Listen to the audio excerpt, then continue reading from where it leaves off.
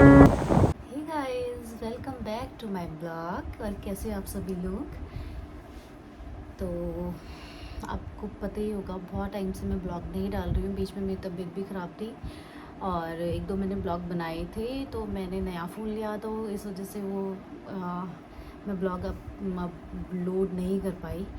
तो मैं बहुत टाइम से सोच रही थी कि मैं एक ब्लॉग बनाऊँ, लेकिन मुझे टाइम ही नहीं मिल पा रहा था। तो आज मैंने टाइम निकाल के आपके लिए ब्लॉग बना रही हूँ। तो आज ये ब्लॉग बहुत सारे लोगों ने मुझे मैसेज किए थे इंस्टा पे कि एक तो मुझे ये वाला ब्लॉग बनाना था कि मतलब जो मेरे हस्बैंड है वो कहाँ के हैं और कैसे कैसे हम लोगों की शादी हुई और कैसे कैसे हमने रेस्टोरेंट खोला। तो चलिए शुरू करते हैं। तो सबसे पहले जो मेरे को ना इंस्टाग्राम पे मैसेज आते हैं वो आते हैं कि आप कितने साल के हो, क्योंकि आप मैरिड हो ही नहीं सकते, आप मैरिड लगते ही नहीं हो। जबकि मैंने अपने बायो में लिखा हुआ है कि मैं एक बेटे की माँ हूँ। और कोई कहता है कि आपने बाल विवाह कर दिया था, बहुत सारी बातें लोग मेरे को बोलते हैं। तो मैं बताती हूँ मैंने कितने साल में शादी करी और कौन से ईयर में शादी करी। ठीक है, तो सबसे पहले हुआ ये कि तो 2010 के लास्ट में मैं आई थी देहरादून। तो मेरे को मतलब मेरी किसी फ्रेंड ने बताया था कि वोडाफोन स्टोर है बिंदाल पे, वहाँ पे वैकेंसी थी। तो वहाँ पे मैं इंटरव्यू देने गई। तो वहाँ पे 3-4 बार मेरा इंटरव्यू हुआ, तब जाके मेरा सिलेक्शन हुआ। उसके बाद मैंने यहाँ पे एक कोचिंग भी डाल ली थी ट्रांसपोर्ट नगर में। और मैं रहती भी यहीं थी। ये आपका आईएसबीटी से अंदर आके है वो सीमला कला जहाँ को बोलते हैं। तो वहाँ रहती थी। तो वहाँ पे जब मैं रहती थी तो जो 2 घर छोड़ के कुलवंत का घर था, कुलवंत ने अपनी इंजीनियरिंग कर ली थी, वो देहरादून आ गए थे। तो वो भी वहीं कोचिंग करते थे जहाँ मैं कोचिंग करती थी। तो कोको मुझे ऐसे मिले। तो ऐसे ही मोहल्ले मोहल्ले में मतलब हाई हेलो हुई पहले पहले।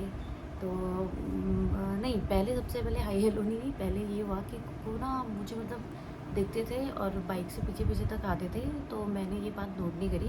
तो एक दिन कोको ने, घर का नाम उनका कोको है, तो मेरे को बाइक रोक के बोला आपको छोड़ दूँ कहीं। मुझे इतना गुस्सा आ गया ना, मैंने कहा नहीं मेरी मम्मी आ रही है, आपको शर्म नहीं आती ऐसे। तो उसने बोला सॉरी सॉरी सॉरी सॉरी बोल के चले गया। वो भी बहुत शाई है। तो तो ऐसे ही फिर मुझे उसकी शक्ल को देख के ना हंसी आती थी मतलब वो जैसे देखता था। तो संडे था, उस दिन छुट्टी थी, सर्दियों की बात है। तो मैं छत में जा रखी थी। तो वहाँ से कोको ने ऐसे हेलो कर दिया।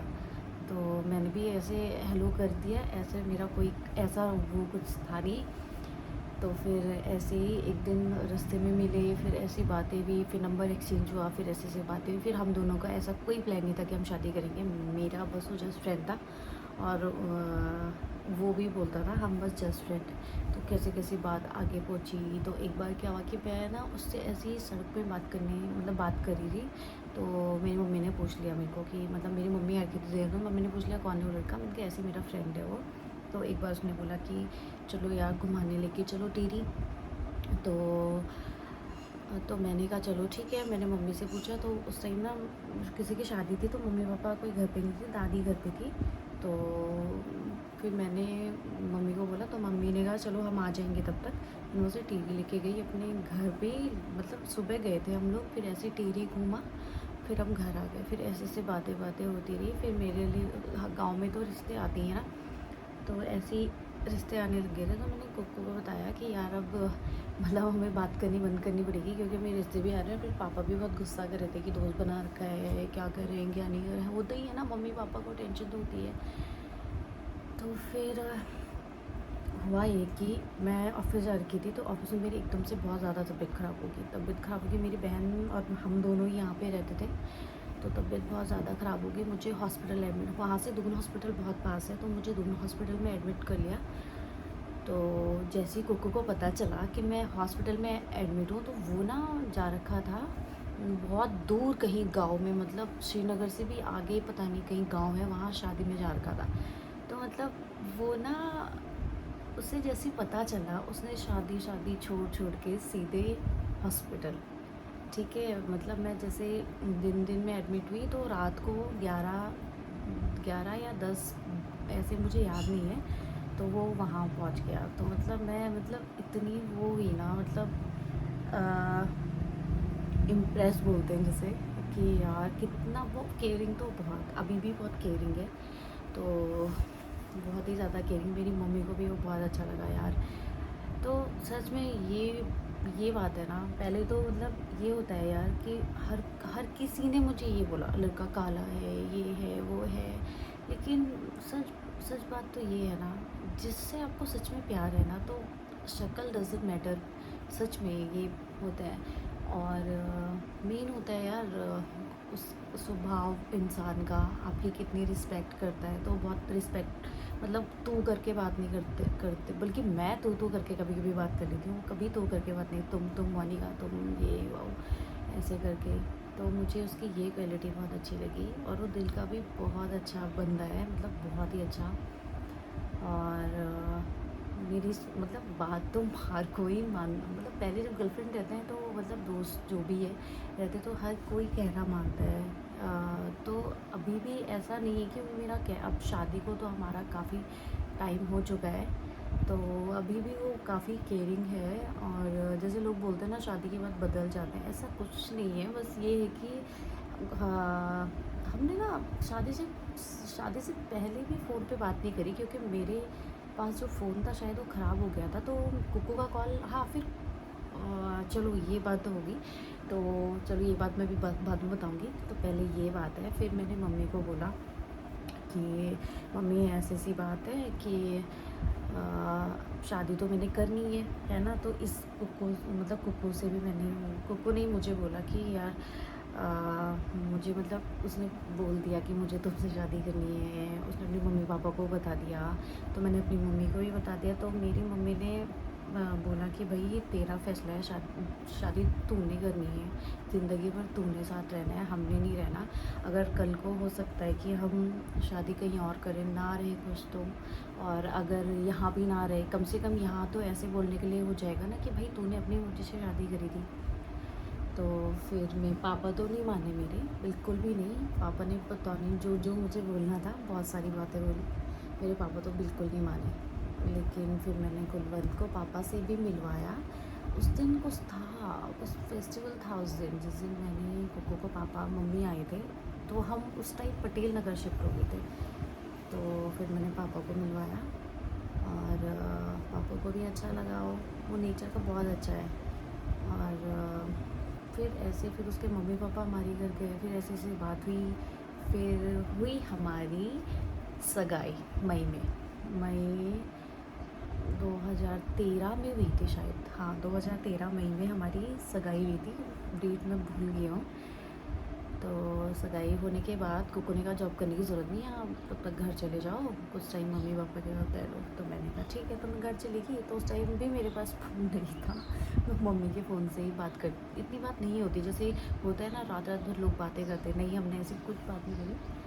बस मैं मम्मी के फ़ोन पे कभी कभी बात कर लेती। दो टाइम कॉल आता था, एक सुबह और एक जब वो ऑफिस से आता था। तो कुकू उस टाइम ग्राफिक एरा में पढ़ाते थे, और जेई का भी, वो जेई की तैयारी भी कर रहे थे। और तो क्या कहते हैं, फिर हमारी शादी की डेट फिक्स हुई। हमारी शादी भी 14 फरवरी 2014 को। ये हम दोनों ने फैसला किया था, वैलेंटाइन डे के दिन शादी करेंगे। और हमने जो शादी करी थी वो करी थी शांति कुंज में। हाँ, हमने शांति कुंज में इसलिए शादी करी क्योंकि वहाँ ना, मतलब बहुत अच्छे से शादी होती है, मतलब बहुत ही शांति से तो घर में भी होती है, लेकिन बहुत ही मतलब सुकून वहाँ पे बहुत अच्छा है। कभी आप जाओगे तो ज़रूर देखना, वहाँ पे बहुत अच्छी शादियाँ होती है। तो बस ऐसे ही 2014 में मेरी कुकू के साथ शादी होगी। उस टाइम, हाँ मैं घर पे ही हूँ, आवाज़ नहीं आ रही है, पापा थे वो। तो क्या बोल रही थी मैं,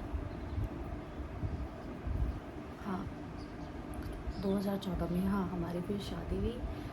तो शादी, हाँ उस टाइम मैं कितने साल की थी, ओके मैं उस टाइम थी 21 साल की, हाँ 21 साल की मैं थी। और ऐसे 26 या 27 साल के कुकू थे उस टाइम। तो फिर हमारी शादी हुई, फिर उसके बाद कुक्कू ने एक पीडब्ल्यूडी का जे का निकाला, ओएनजीसी का निकाला।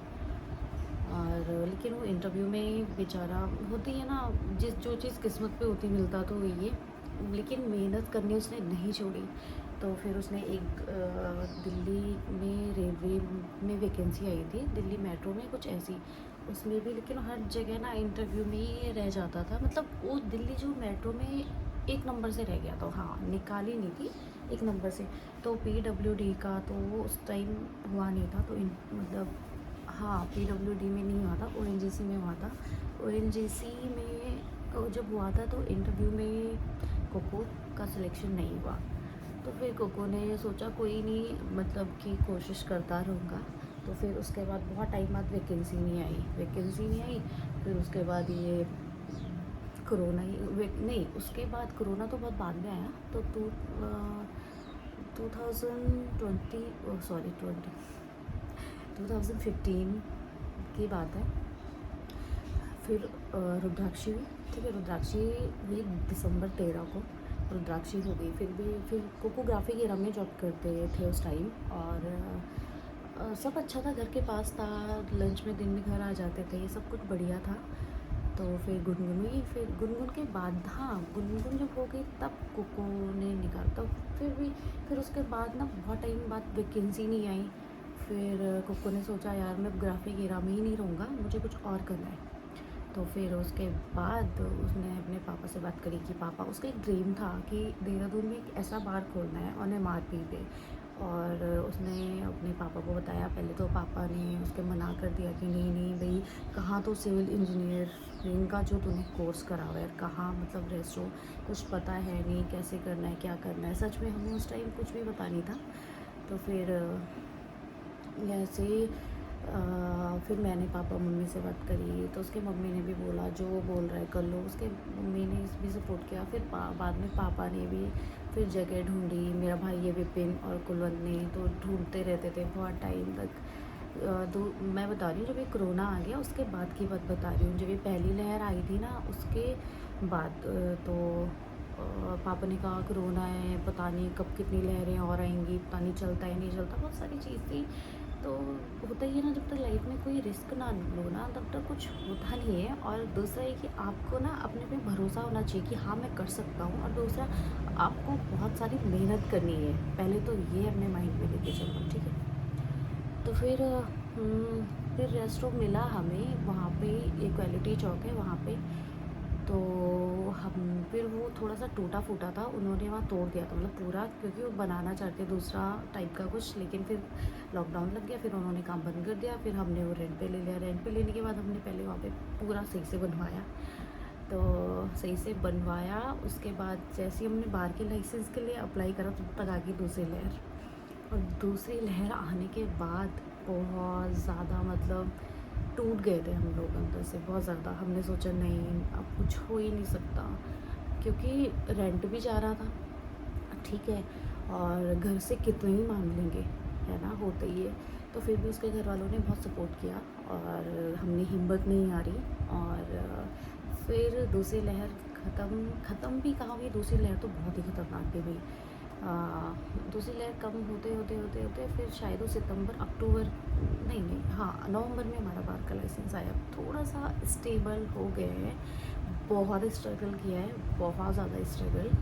और हम दोनों ने एक दूसरे का साथ नहीं छोड़ा और ना कभी छोड़ेंगे। और वो मुझे बहुत हिम्मत देता है किसी भी, नहीं तो मैं यूट्यूब में ब्लॉग नहीं बना रही थी, तो मेरी बहन और कोको ने मुझे इतना वो कर दिया, नहीं बनाओ बनाओ बनाओ। तो वो मुझे बहुत एक हमेशा पॉजिटिव रहता है, पॉजिटिव बातें करता है। और मैंने भी उसको बहुत ही, मतलब होती है ना सपोर्ट बहुत ज़्यादा करते हैं। लड़ाई झगड़े हर किसी के होते हैं, है ना, हस्बैंड वाइफ में। तो हमारा टचवुड अभी तक कोई ऐसा सीरियस लड़ाई नहीं हुई है। तो फिर बस फिर यही स्टोरी थी।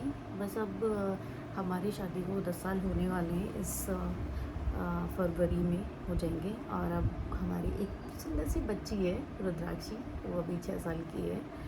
और दूसरा लोग मेरे को बोलते हैं कि दूसरा बच्चा प्लान। गाइस ये थी मेरी और कुलवन की स्टोरी, कैसे कैसे हमारी शादी हुई और कैसे कैसे हम मिले और कैसे कैसे हमने रेस्टोरेंट खोला, सारी स्टोरी बताई मैंने आपको। तो आपको कैसी लगी मेरी स्टोरी ज़रूर कमेंट करके बताइएगा। और अगर अभी तक आपने मेरा चैनल सब्सक्राइब नहीं किया है तो प्लीज़ मेरा चैनल सब्सक्राइब कर दीजिए।